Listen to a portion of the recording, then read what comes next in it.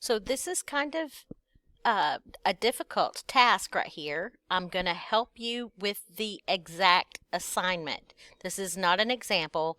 This is your assignment. So I've started by arranging the three equations at the top because the equations give me information. I'm not going to do all of them. I'm going to do one of them. I'm going to start with this equation here, and I'm going to try to match one of these graphs to that equation. So which one of these graphs would match to that equation? So I need to look at, first of all, it says the black one is the original. So this has the G function right here, the 2 is your B value. And since your B value is greater than 1, and in accompanying to the fact that my A value right here is a positive, those two pieces of information let me know that my original graph, the parent function, should be an increasing function. So this graph right here, which is the original one, this black graph, cannot be the parent function of this one. So here's the parent function. This would be y equals 2 to the x. All of these other things are parameter changes.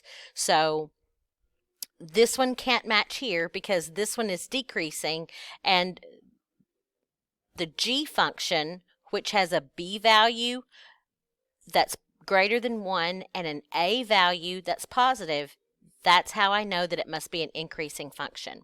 So it has to be either one of these functions. So I'm going to erase the red, mark off of that. I'm going to grab that function and move it out of the way, and now I'm going to try to narrow it down from these two. So what else could I use to help determine? Well, let's look at the transformations that are taking place. So I have these two parameters. These are going to cause translations. This C value of 4, I have a C value of 4. That makes it shift. And since it's a positive 4, it's going to go right 4. It's going to go right 4. And then my D value, this one right here, is my D value is 1. So that's going to make it shift up 1. So when I'm choosing between this one right here and this one right here, when I compare it to the black function, this one looks like it shifted right but then went down. So from this black function, it looks like I went right and then I went down. See, the asymptote is down here now. So this one right here moved down. This equation says I needed to shift up. So for this equation right here, I can see the asymptote was down here. Now I have an asymptote up here. That means it shifted up. So I'm going to erase these little red lines, and I'm going to drag this one because of the shifting over here. So those are the correct matches. Now, the domain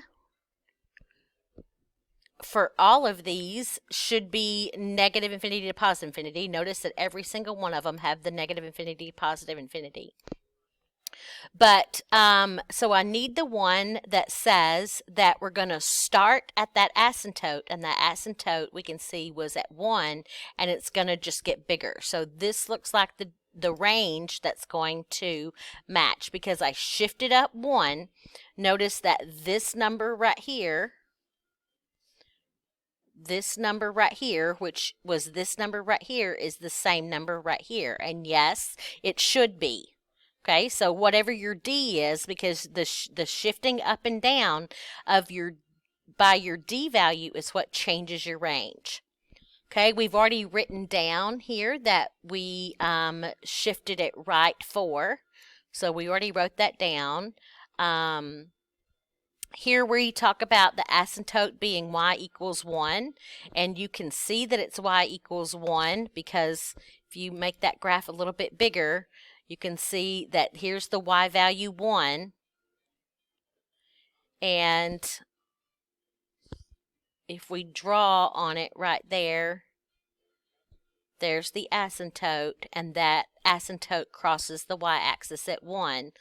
So that is the asymptote. And what else do we have? Domain and range, the graph, asymptote. We didn't talk about it. We said shift. We need to say shift right. Shift up 1. We said right 4 and we said up 1. So I believe that's all we have to do. So those, let me sweep this off. So these are the correct matches to that card activity.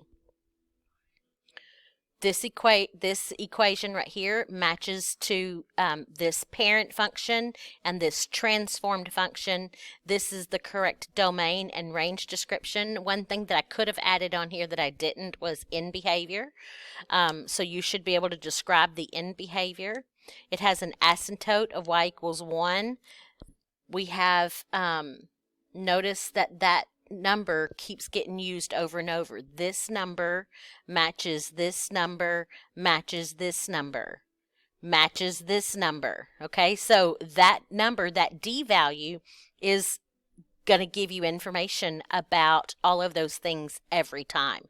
So the D value helps you with your range, helps you with your asymptote, helps you describe how it shifted up and down.